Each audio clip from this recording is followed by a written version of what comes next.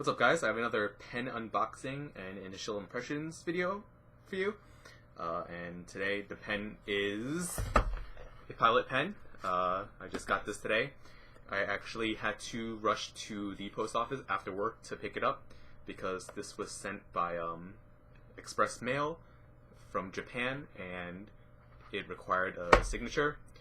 And of course, no one, they tried delivering in the morning and no one was home, so basically I've been tracking the pen for the past few days. It actually got here from Japan in around 3 days, and I ordered this off an eBay store called Ingaika. I believe the owner's name is Taizo, and he actually owns a physical store in Japan. Might as well just kind of get into this box so you can see what it is. I don't think that tells you anything. ZCRGN. Wait, oops, sorry, the camera. See the nice Pilot / Miki box. This box actually looks a little different. Yeah, this box is different than the boxes that I've seen with other Pilot pens on other videos. I don't know, maybe this is new packaging or something. In all honesty, I kind of like the older box a little more. I think the older box wasn't as long, it was a little wider, and it didn't really have these sharp corners. Anyway, regardless, you can see here you have use and care guide, Con 50 converter, and a cartridge, and oh, there goes one of my lights. And if you can see here, this is the pen. This is a Pilot Custom 74. Obviously a clear demonstrator with a medium nib. Generally you can get, I don't know exactly what the MSRP on this pen is, but you can generally get this pen for around $160 in US retailers. It actually ranges from between 150 to 160. I think Amazon has some of the colors in at $150. I actually got this. It was an auction style bid win, I suppose you could say, and I got this for just under $100. The winning bid was like 90. No, the winning bid was whatever it was, plus $13 shipping. It equated to $99.11. I was actually kind of hoping to be able to get this pen, including shipping, at under 80, but last minute, the auction basically just ramped up really quickly. It was at like $61 plus $13 shipping. Either way, I just managed to get a high bid in for just under 100, which in my opinion, I think it's a good deal. I was planning on bidding up to $100, and I just got it in there. For those of you who probably don't know, I don't think I mentioned it in my other video, but if you saw my Lamy 2000 video, you'll know that that was one of the first, not really high-end, but the first good fountain pen that I gotten. Generally people consider pens in the $100 to $200 range as generally pretty good. Like, you're going to get maximum performance before you start adding the cost of inlays and stuff to the body, or brand names that go, the $200 and above pens like Montblancs and whatever. 100 to 200 is a good range for maximum performance at minimal cost. I did get the Lamy 2000 Extra Fine first, but before I got this pen, I was actually deciding between 3 pens. I was deciding between the Lamy 2000, this one, the Pilot 74, and also the Pelikan M200. And I ended up going with the Lamy 2000 because, I do like how it looks. I wasn't really big into demonstrator pens at the time. Granted, you can't get the 74 in a non-demonstrator, but the Lamy 2000 does look pretty good. The Pelikan M200, I wasn't really a huge fan of. It is a stainless steel nib, and these two have 14 karat gold nibs with palladium plating, I believe. That's not to say that gold nibs necessarily write better, but in the past, all of my pens have been stainless steel nibs, and I do hear good things about Pelikan stainless steel nibs, but I just wanted to try gold nibs, so it kind of got boiled down between these two pens. And I ended up going with this because, like I said in the video, my friend was actually, this was his pen. He liked it, but not that much. He didn't really like how it felt in his hands. So he sold it to me for a really good price. And, I go a couple of weeks later, and I'm in like the fountain pen buying frenzy, and I just went ahead. I was like, oh, Ingaika. Actually, for those of you who are interested, Ingaika actually sells the Pilot Iroshizuku line of inks for a decent price. And I believe if you buy 4 bottles with the glass bottles, it actually equates to a lower price than the $20 that you can get in the US. But they also have a deal where if you don't want the nice glass bottle and you're willing to just go with like a plastic style, something like this kind of bottle. This is a 1 ounce Nalgene, but they would put it in like this kind of bottle, and they would ship, and it would be like $15 for the ink plus $16 flat shipping for up to 4 of these plastic bottles. So if you're interested in the ink and you don't really need the bottle, you could definitely check Ingaika's eBay store out. That deal is for buy now. It's not auction styles. Anyway, I was on there. I saw that they actually had a few of these for bid, so I went ahead and tried to get one, and here we go. One thing that really surprised me about the price of this pen is that generally I consider this in the $150, $160 pen price range, which is the same as the Lamy 2000. But this is actually a cartridge converter pen. Now, there's nothing wrong with cartridge converter pens. The Lamy 2000 is a piston pen, which in my mind, you are paying more money for that type of filling system versus cartridges. These cartridges are converters are generally like $10. It came free with the pen though. Actually, I was kind of hoping it would come with the Con 70, because I believe the Con 70 converter is actually a push button style converter, while the Con 50 is, Con 50 is a piston style converter. It actually has a little ink, what's the word? I'm blanking out. Well, it has something in there to kind of like move the ink around and whatnot. But yeah, I was a little surprised about how much this cost, that it actually cost around the same. I think I have to adjust the focus. I'm surprised that it costs around the same as the Lamy 2000, because it is just a converter pen. But whatever, it's not a big deal. It's a screw-on style pen. You know what? Just come on, camera, be nice. It's a screw-on style pen, and then it just standard post up on top. Like I said, it does have a, of course now you can't see,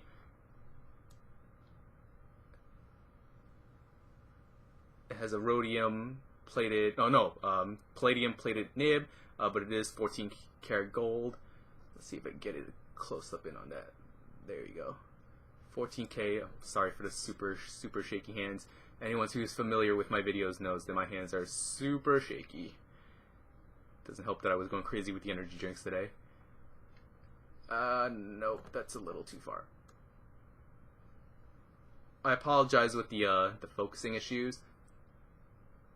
I'm trying to do this with manual focus now instead of autofocus, because when I did autofocus, you would see like shuddering in the video, but you can see there 14K, medium, and I believe that's a number 5 size nib, I believe. So let's just let this focus back up. So yeah, it's a clear demonstrator. It's nice. It's a very lightweight pen. The plastic is actually really thin compared to like the TWSBI pens, which are also plastic, but those have like some real heft to it. This is actually surprisingly lightweight, although this doesn't have a piston mechanism in here to add more weight to it. Okay, so let's just fill this up. The converter is just pressure fit into it. Now, in the past, let me get the rest of this stuff out of the way. In the past, I've always filled my pens with Pelikan Brilliant Black. It's the ink that I have the most experience with. It's a relatively well-behaving ink. But honestly, it's a medium nib. I don't want to go with a black ink. I actually want to go with a colored ink. And I don't feel like cleaning out the pen again. I want to just fill this pen up and then start being able to write with it for the next few days. And plus, actually, my bottle of Pelikan Black is actually running kind of low. So what I will be doing is going with Noodler's Apache Sunset. If you guys follow me on Twitter, you guys will know that I fell in love with this ink. I got this ink a few weeks ago, and it's great. It's phenomenal shading. Even with the extra fine Lamy nib, you get super nice orange to yellow shading. So I have used this ink quite a bit. I am relatively familiar with it. It's a little on the wet side, shades well, but it is still well behaved. It cleans out relatively easily. I'm not doing an ink review or anything, but I'd say, you know, it's pretty close to like the it's pretty close to the Pelikan ink. Maybe slightly wetter than the Pelikan ink, but for me that's not a big deal. Let me just get a cloth down here so I don't make a mess all over my table. And let's just fill this pen up.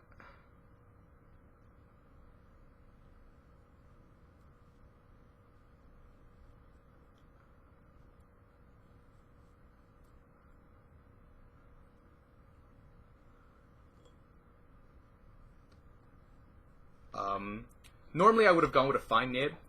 You know, I got a medium nib on this just because simply that's what the auction offered. The auction, there were two auctions at the time, and they were both medium nibs.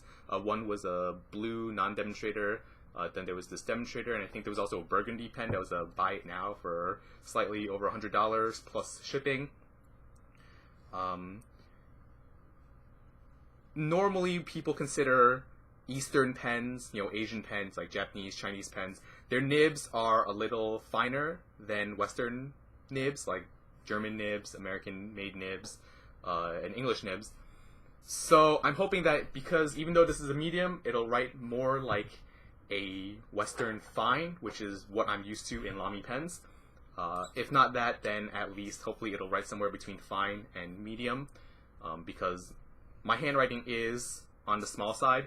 So writing with broader nibs, my letters already kind of mash up even with a fine nib. So writing with a broader nib, it just makes it completely illegible most of the time. I really have to force myself to write big, which I'm not used to on a regular basis. But yeah, the demonstrator, it's nice. I like it. But like I said, like with demonstrators, I normally like piston pens or some other type of pen because then there's actually more stuff going on in the barrel that you can see. A converter is kind of boring if you ask me, but not a big deal. I do like the look of the clear pens. It's not really something that's nice for a formal occasion, but for everyday writing, I think it looks good. So let me get my go-to paper, my Rhodia. Oh my god, I don't have desk space. So let's just try writing with it and see how it goes.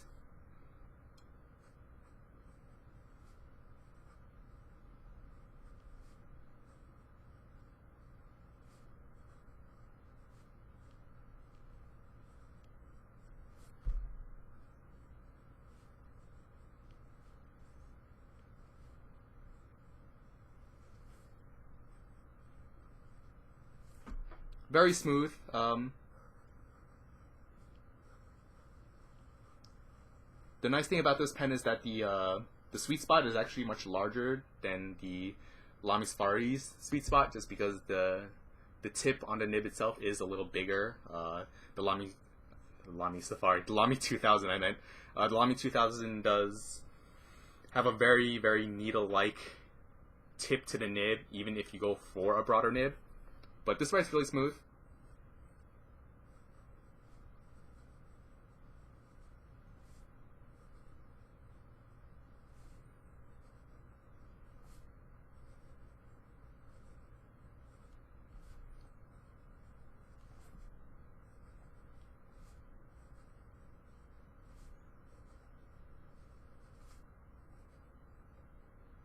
Oops, can't spell anymore.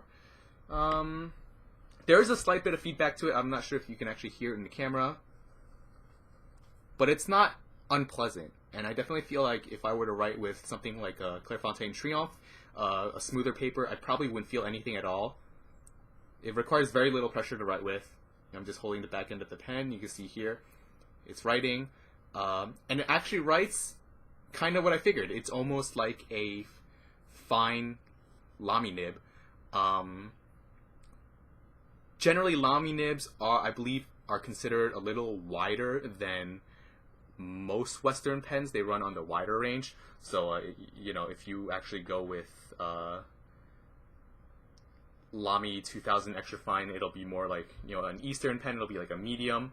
And it'll be in between a fine and a medium for your general Western style pens. This actually writes very similar to Lamy Fine, from my opinion, from my experience with my Lamy 2000. It's very nice.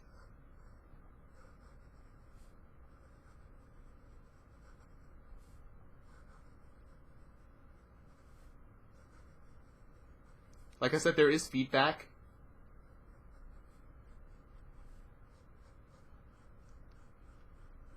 Oh, but it's consistent feedback. It doesn't really catch on any of the strokes.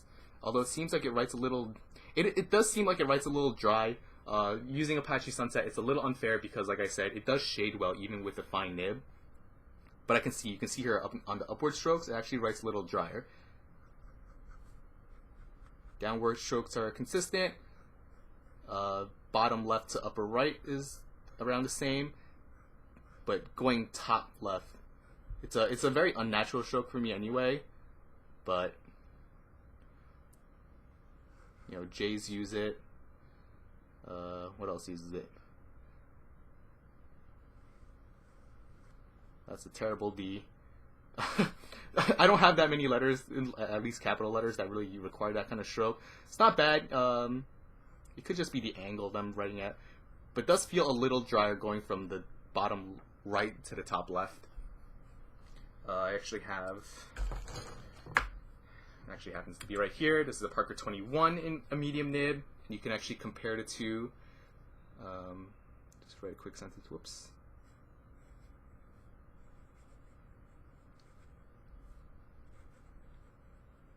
Brown Fox. So you see, like when I use a regular medium nib in a 5x5 grid, a lot of these letters are basically bunched up together. The E is bunched up, the Q is bunched up, the O is bunched up.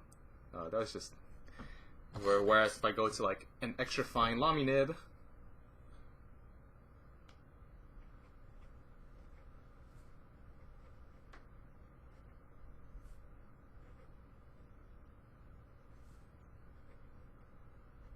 you can see here that's the difference. And then for this pen,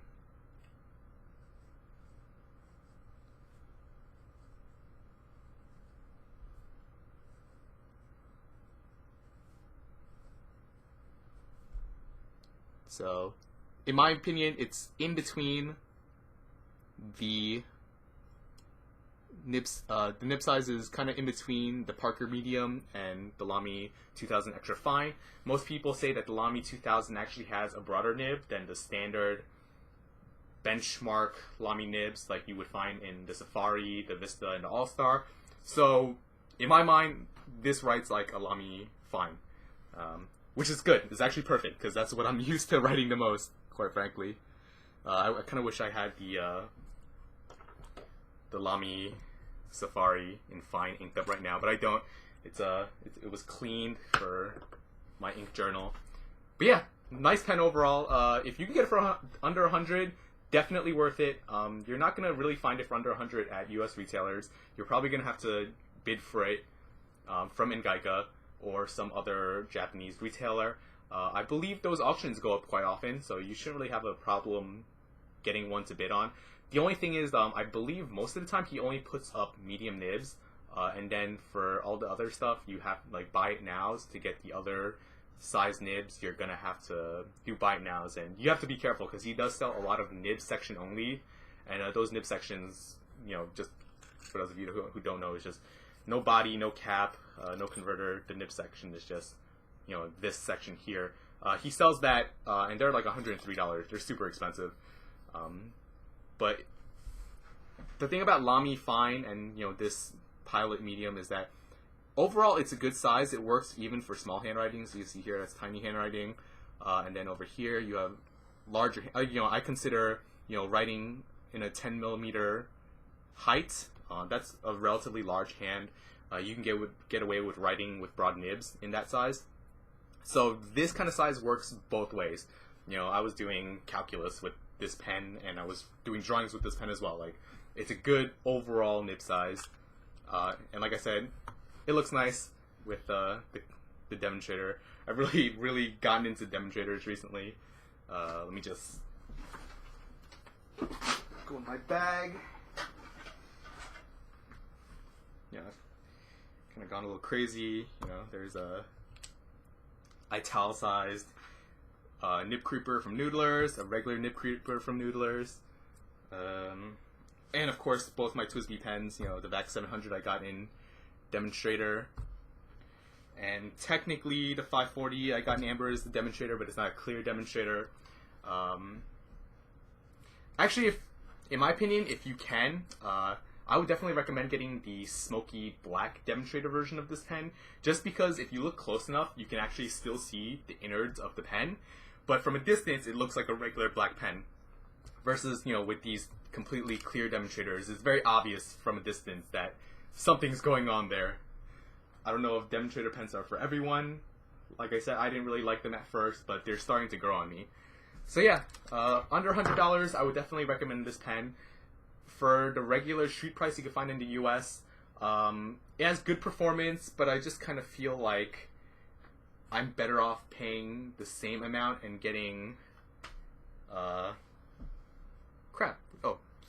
getting the Lamy 2000, just because you do get more mechanical stuff for the money.